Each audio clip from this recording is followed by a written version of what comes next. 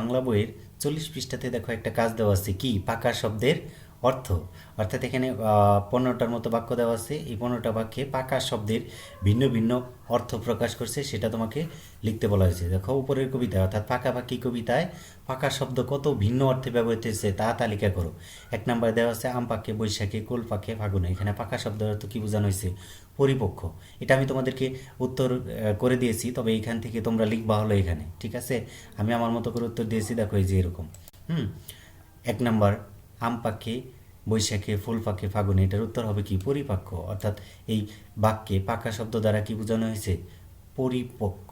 ঠিক আছে, তাহলে তুমি এটা লিখবা কোথায়? দেখো তো, লিখতে হবে তোমাকে এইখানে। এইখানে লিখবা তুমি পরিপক্ক। দেখো এই যে আমি তোমাকে দেখাচ্ছি, এই যে এইখানে পরিপক্ক শব্দটাকে লিখতে হবে। হ্যাঁ, কিন্তু আমি তো আমার পেডে লিখেছি। দেখো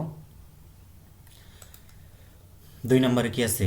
কাঁচা ইট পাকা হয় পোড়ালে তা আগুনে। এখানে এই বাক্যে পাকা শব্দ দ্বারা কি বোঝানো হয়েছে? শব্দ বোঝানো হয়েছে। এই দেখো 2 নম্বরে কাঁচা ইট পাকে দেওয়া আছে, কাঁচা ইট পাকে পোড়ালে তা আগুনে। ঠিক আছে, তাহলে এই পাকা দ্বারা কি বোঝানো হয়েছে বলো তো? পাকা দ্বারা বোঝানো হয়েছে কি? শক্ত।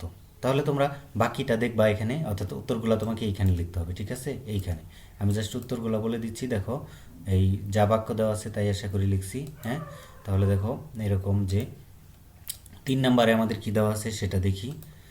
3 নম্বরে দেওয়া আছে রোদে চলে টিকে রং পাকা কয় তারে। অর্থাৎ এখানে এই পাকা শব্দ দ্বারা কি বোঝানো হয়েছে বলতো?